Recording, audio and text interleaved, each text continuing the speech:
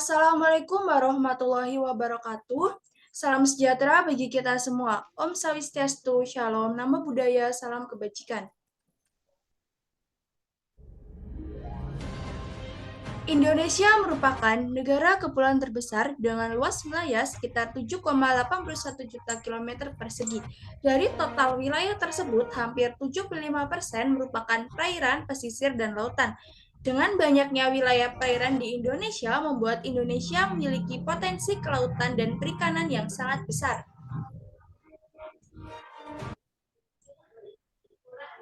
Potensi perikanan Indonesia mencapai 12,1 juta ton per tahun dan menghasilkan 19,6 triliun.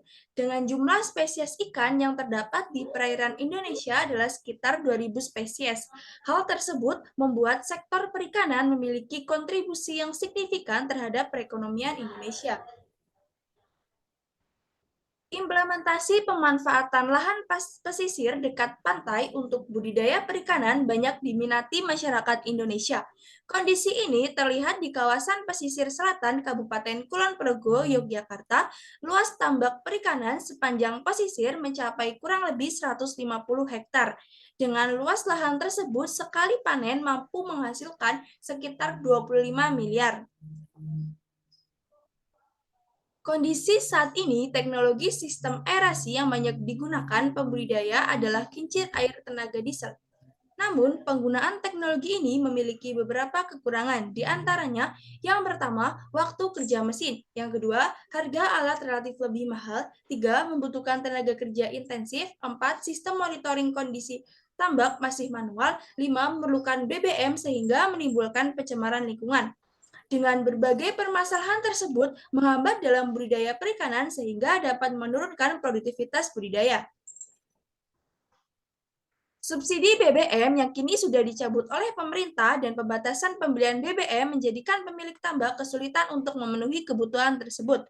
Penggunaan BBM bisa mencapai 20-25 liter per hari dengan harga 1 liter BBM mencapai Rp9.300. Pengeluaran untuk pembelian BBM tersebut merupakan permasalahan karena kondisi perekonomian masyarakat yang sedang menurun terlebih lagi adanya pandemi COVID-19.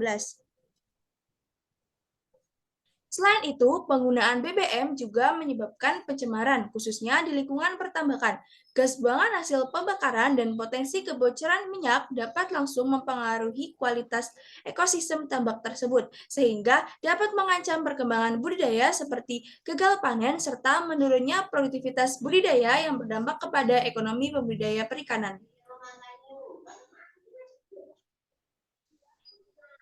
Sejalan dengan permasalahan tersebut, menurut data Kementerian ESDM pada tahun 2019, potensi energi alternatif berupa energi angin sebesar 1,89 gigawatt dan energi surya sebesar 297,8 gigawatt. Sejalan dengan era society ini, perkembangan teknologi sangat pesat. Pemanfaatan teknologi dapat digunakan di sektor budidaya perikanan dengan menggunakan Internet of Things atau IoT.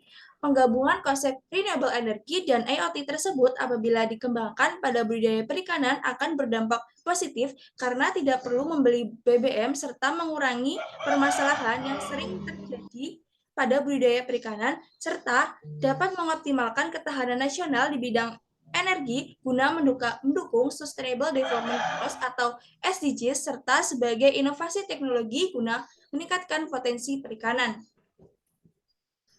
Dengan mempertimbangkan masalah tersebut, kami dari Universitas Negeri Yogyakarta memiliki solusi inovatif dengan judul karya tulis ilmiah High-Tech Hybrid Technology, teknologi budidaya perikanan berbasis renewable energy sebagai inovasi ramah lingkungan guna mengoptimalkan potensi perikanan di daerah pesisir Pantai Trisi Yogyakarta dengan anggota Hakam Arab dan Lutfiah Sungkar. Penulisan karya tulis ini menggunakan data dan informasi yang dikumpulkan dengan metode studi literatur. Adapun metode penulisan yang digunakan dengan tahapan identifikasi masalah, rumusan masalah, pengumpulan data, analisis data dan pengolahan data, dan tahapan terakhir kesimpulan dan saran. Berikut adalah desain penerapan high-tech pada budidaya perikanan. Dalam penerapannya, high-tech ini memerlukan komponen-komponen lain, di antaranya turbin angin FHWT, panel surya, pompa submersible, box elektronik, dan venturi aerator. Adapun spesifikasi dari high-tech, yang pertama ada panel surya. Panel surya atau solar cell yang digunakan adalah ukuran 200 WP. Pada high-tech ini dilengkapi sistem tracking panel surya yang berfungsi menggerakkan panel surya mengikuti arah sinar matahari, sehingga daya yang dihasilkan lebih optimal. Yang kedua ada turbin angin. Turbin angin yang digunakan adalah turbin angin jenis vertical axis wind turbine atau biasa disebut turbin angin FAWT dengan tipe Spurgeck-Daris. Tipe ini memiliki beberapa keunggulan, yaitu memiliki torsi tinggi sehingga dapat berputar pada kecepatan air rendah dan kerja turbin tidak dipengaruhi oleh arah angin. Penggabungan dua pembangkit listrik atau sistem hybrid ini bertujuan untuk dapat mengkombinasikan keunggulan dari setiap pembangkit dan menutupi kelemahan masing-masing dalam kondisi tertentu, sehingga sistem dapat beroperasi lebih efektif dan efisien. Yang ketiga ada pompa submersible dan venturi aerator. Pompa submersible adalah jenis pompa yang dirancang bekerja dalam air atau cairan. Pada high-tech ini, pompa submersible dimanfaatkan sebagai pompa aerasi oksigen perikanan. Sedangkan venturi aerator digunakan untuk menghasilkan gelembung oksigen dengan cara kerja dipasang di bagian pompa submersible. Kemudian menghasilkan gelembung oksigen yang dimanfaatkan sebagai penyuplai oksigen bagi ikan.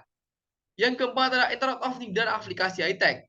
IoT pada alat ini menggunakan sensor DS18B20 dan sensor pH meter SKUSEN 0161 seri yang kedua yang terprogram melalui microcontroller SP32.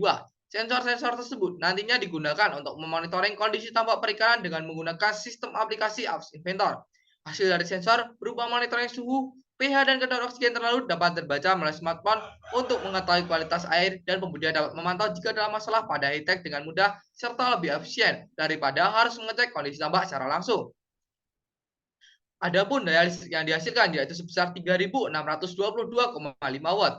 Daya tersebut merupakan penggabungan daya dari solar cell dan daya dari turbin angin. Sedangkan daya yang dikeluarkan yaitu sebesar 2.417,1 watt. Merupakan daya dari pompa aerator dan daya lampu untuk penerangan tambak. Masih ada daya sisa yaitu sebesar 1.205,4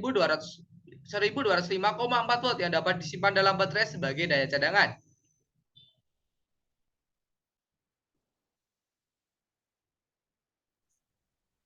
Berikut adalah harga perbandingan biaya yang dikeluarkan jika kita menggunakan tambak diesel, yaitu sebesar 48 juta dengan rincian 15 juta untuk pembelian komponen alat dan 33 juta untuk pembelian bahan bakar solar. Dari biaya yang dikeluarkan tersebut dapat terlihat jelas bahwa kebutuhan terbesar dalam budidaya perikanan masih dipengaruhi oleh BBM sebagai sumber energi.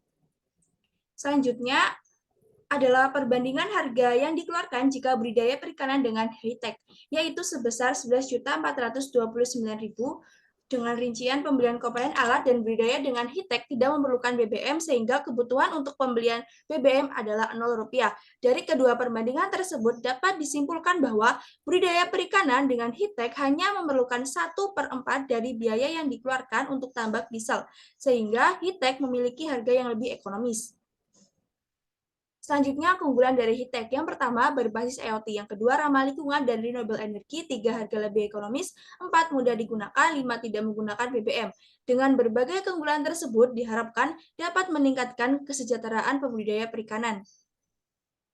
Selanjutnya adalah tahap implementasi. Yang pertama, perguruan tinggi dan lembaga penelitian melakukan penelitian dan pengembangan lebih lanjut. Yang kedua, pemerintah daerah membantu dalam permasalahan penyediaan energi listrik di daerah. Yang ketiga, lembaga swadaya masyarakat melakukan aksi pengendalian atau pemantauan terhadap terjadinya penyalahgunaan high-tech. Yang keempat, masyarakat merawat dan menjaga kondisi high-tech.